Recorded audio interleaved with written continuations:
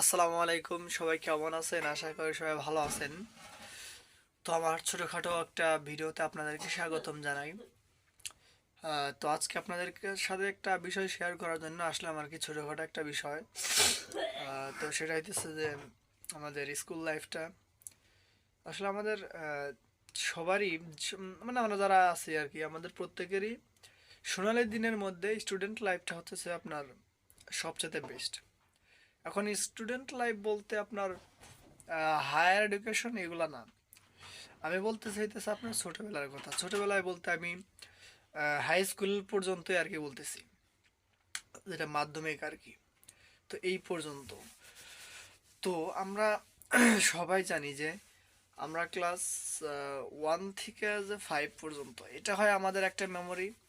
And second যেটা সেটা হইতেছে আপনার 6 থেকে ক্লাস 10 পর্যন্ত একটা মেমোরি। তো আমরা মানে ক্লাস ফাইভের মানে ক্লাস ফাইভে যখন এক্সাম দিই, এক্সাম দিয়ে আপনার সেই পুরনো মেমোরিটাই যখন মানে ভোলার চেষ্টা করতেছি, ঠিক সেই সময় আমাদের নতুন একটা অধ্যায় শুরু হয়। আর সেই সময় ওইটা ভাবতে ভাবতে আস্তে আস্তে আমরা ক্লাস 6, 7, 8 চলে আসি। ধীরে ধীরে ক্লাস নাইনে আমরা সবাই মানে বুঝে নিত, নতুন নতুন পাখা জ্বালায়। তো আসলে এই সময় এসে স্যারদের অনেক কথাই মনে পড়ে।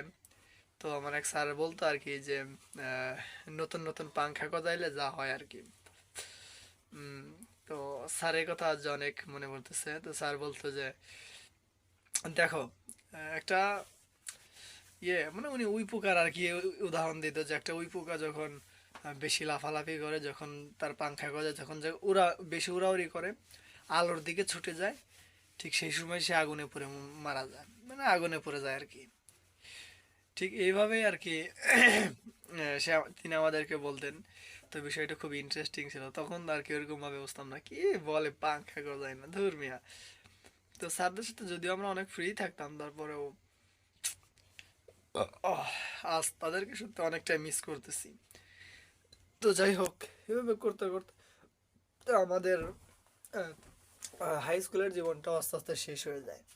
তো হাই স্কুল থেকে মোটামুটি হাই স্কুলের বিদায়ের পরে আমরা যখন এসএসসি লেভেলটা শেষ করে যখন আমরা ইন্টারমিডিয়েটে যখন আসি, তো ইন্টারমিডিয়েটে আবার আরেক ঝামেলা।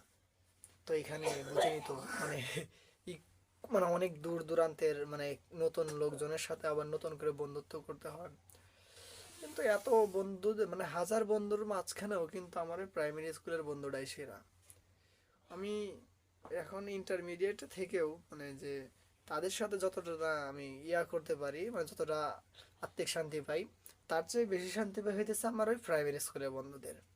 তো যাই হোক, পুরাতন বন্ধুদের সবসময় খেয়াল রাখবেন, নতুনদেরকে রাখবেন, তবে পুরাতনদের চাইতে না।